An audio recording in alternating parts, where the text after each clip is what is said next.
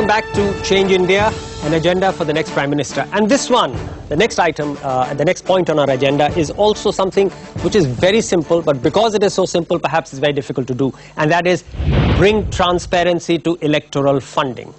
Simple point. All political parties should subject themselves to an audit like any other organization does, and everything should be on the websites. Very, very simple recommendation, but perhaps one of the most difficult because all political parties come together to thwart it. Dr. Bedi. Absolutely. This is going by the judgment of the Chief Information Commissioner, which it gave this year, saying they come under the RTI. Well, at least the funding must come under the RTI, and I would go by congratulate the AAP party today on the set that they, I have reasons to believe they were transparent, and I think they are the examples to follow. I think the Aam Aadmi Party is going to, we don't underestimate the model they have set for the others. And so this is, as she says, this is a great moment to actually implement this. I'm not even sure, Professor Gupta, and I may be wrong here, I'm not even sure whether the left parties support this, who are actually otherwise, paragons of better conduct electorally. Well, if truth be told, there are things the left party has done in different parts of India, particularly West Bengal, which are not very edifying. But the fact of the matter is that what Aam Aadmi Party shows is that transparency trumps non-transparency. And that is a good thing to suggest to everybody in the country, because we've all been used to the idea that money buys votes. Now, we have seen that money doesn't always buy votes.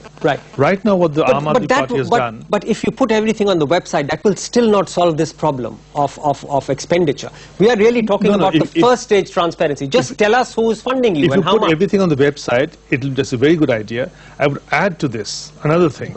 And that is this: corporate should not fund political parties. There is no reason why corporates should fund political parties. Corporates should be out of this business of funding political parties. Isn't that impractical? It's not impractical. Isn't that impractical? It is not at all. Make it transparent. No. It's not transparency alone. You see, corporate funding is an interest-based funding, which is not a citizen-based funding. Dheeraj, let me bring you in here. As we've seen, simple thing to do, perhaps the most difficult to achieve. Well, Raghav, we could have put tougher things on our agenda. We could have considered state funding of elections, which is a suggestion which isn't bandied about. We could have put cap on expenditure. But I think those are totally impractical. Here, all we are asking is that anyone who gives you even a rupee, put their name up on the website, put the amount they've donated on the website. And have your that corporates donate, then you'll know, at least everyone will know that they've donated for this interest, because when you make policy, people can at least see that, okay, this corporate gave the money. Let it be transparent. I think the incentive then to make policy for one particular corporate or for a few particular corporates will decrease once it's transparent. So all we are saying is just declare. This is stage one. There is a long way to go, but let's at least cross the hurdle on stage one. Very quickly, from our audience, how many of you would support the fact that political parties should put their entire funding online, should be subjected to audits? I'm tempted to say 100%.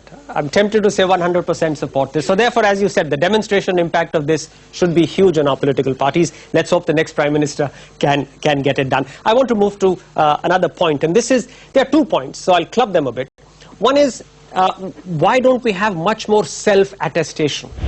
Today, you are able to file your income tax returns, and those are accepted by the government, and a random audit is done. But for simpler things like filing of affidavits, filing of notarized forms, you are supposed to go to get them endorsed by some authority or the other. So why can't we simply have a lot more self-attestation? And linked to that is the point that we must have a time limit on judicial decisions. It's difficult, but perhaps there are ways of achieving it. Dr. Bedi. I will come to the second question first. I think there is tremendous overhauling needed by the judiciary in itself. Its own house to be corrected. And I think that is not being audited at all. So how? So we know there is a problem there. How do we get it done? Judiciary itself has to do its own house. I think is time limit a way forward? If they are determined, I can tell you they can do it. But they have to show the determination and not put the ball in the court of the executive to say we're not getting more judges. And these are simple reforms, Mr. Das. Right. Well, you know, the biggest villain in judicial delay is the government. Government is the largest litigant. And not only is it the largest litigant against private sector, but with itself. Yes. You know, 65 to 70% of the cases are government related. 65%. 70. So you see how the government crowds out the citizen out of the judicial system. Now, the government can begin by using arbitration, that's right, mediation, yes, other techniques. So we've in fact suggested that in government cases, let's not have more than 2 appeals. Let the government not go and do 4 appeals. No, the very simple system is today, if there is if the government loses a case, the person in charge of appealing is the lowest member of the bureaucracy. Right.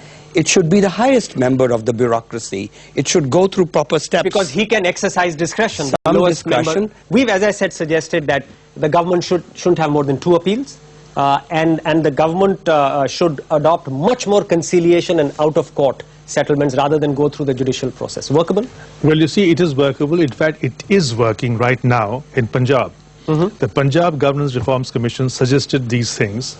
In fact, in Punjab now, except for 11 areas, there are no affidavits in any other area. Except for 11, about no 11, affidavits? No affidavits. 11 are those required by law. By the way, most of us don't know that by law you only need affidavits for a very small set of things. Right. And the thing that we've added on is simply because of bureaucratic aggrandizement. Right. But there's no need for any of this. For example, if I were to say that my name is Raghav Behl and not Dipankar Gupta, and he signs it, right, and later on I'm caught out, he will not be taken to prison, I would be. Right. So why bring him in the picture at all? Right. That was the logic behind getting rid of all the affidavits. Right. In terms of justice, transparency is very important, so that those who are under trials, their name should put on the net.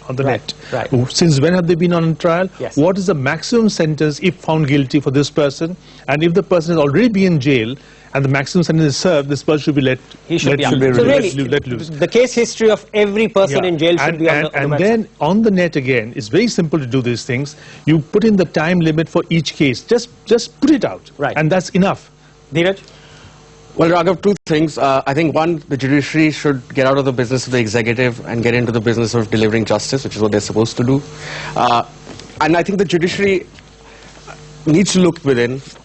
It's not a matter of only getting more judges. It's a matter of taking less vacation, perhaps, as you Yeah, I mean, vacation is one And there's thing. no need why the judiciary should be off for 2 months or 2 weeks or 3 Or weeks. even if a crime is committed on Friday night, why do I have to wait till Monday morning to get So I think there's a lot of room already within the system to set time limits, not legal time limits in the sense that they can never be breached, but at least as demonstration effects, as benchmarks, that at least 80 to 90% of the cases should be settled in that much time. Okay.